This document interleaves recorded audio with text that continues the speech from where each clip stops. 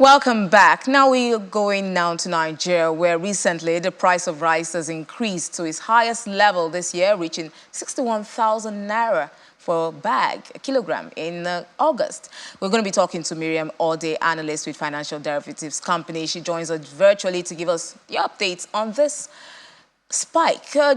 Miriam, is this spike in the domestic price of rice solely because of India's ban on its rice exports, or are there other factors that are supporting this price increase? Good afternoon, Will. Thank you for having me. So yes, the India's ban on its export of rice is actually one factor that is contributing to the recent increase in the domestic price of rice that we're seeing. But it's not the only factor. Other factors such as Naira's devaluation, the shutdown of local rice millers in the country, and also export restrictions from neighboring countries like Niger and Benin Republic are also adding additional pressure on the domestic price of rice. However, in the near term, we expect to see the domestic price of rice actually taper due to India's agreement to release the rice that were previously shipped before the ban but were trapped at its border. So this would increase the global supply of rice in the near term and would also exert downward pressure on both the global and domestic price of rice. Miriam, you know, rice is really very important for us Nigerians, mostly our staple food here in the country. I don't want to be not eating rice because it's too expensive. We did see the federal government, you know, last year, you know, with its Anchors Borers program, and you saw investing in local production of rice. We also saw that unveiling of the pyramid, the rice pyramid, but still we have a deficit, the supply deficit of about 2.66 million metric tons. What lies ahead for domestic production of rice in the country, and what limitations, what challenges are we still facing as a country to be able to meet up with domestic supply? So to answer this question, I would like to start with the fact that farmers in the rice industry in Nigeria are actually small-scale farmers who do not have access to the required machinery needed to improve or even increase their supply or production of rice. So this is one of the challenges that are faced by farmers in this industry.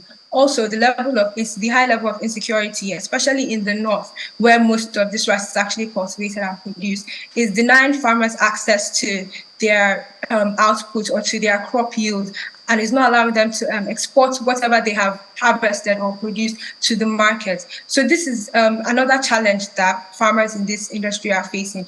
And let's not forget the issue of climate change.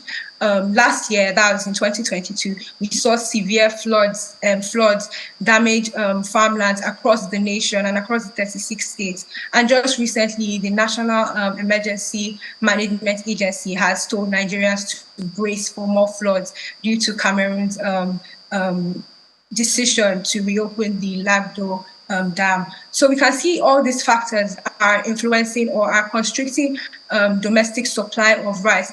But we're seeing increased intervention from the government to encourage domestic production, and this could help the industry and increase domestic supply in the long run. You mentioned climate change in the production of rice, but we do know that globally that is estimated, rice production is estimated to account for 12% of global methane emissions. Given this increasing global awareness of the need to combat climate change, do you believe there are viable, environmentally friendly approaches to sustain rice production, and how easily do you envision these methods being adopted in Nigeria? Yes, there are some environmental friendly methods or practices that could be used instead of the mostly used method, which is the flooding method. And although it is good in curbing the spread of unwanted plants, that's weed, it has a negative impact on the environment, as too much water encourages the production of a harmful gas, which is called methane, as you mentioned. But also, surprisingly, too little water also encourages the production of another harmful gas, which is nitrous oxide. So farmers have to take into account this factor and try to adopt precision agriculture, which is the use of technology to precisely measure resources such as water, fertilizers, and also pesticides. This would reduce the negative impact on the environment. Also, farmers can also adopt the use of introducing or planting trees at their paddy farms, which would serve as a habitat for beneficial organisms, which would now give nutrients to the soil and increase soil fertilities. But like I mentioned before, the rice industry is plagued with several challenges, and this could actually reduce the adoption rate of these environmental friendly practices. But with the recent efforts by the government and also the awareness made by the government, we can see the adoption rate increasing slowly over the years.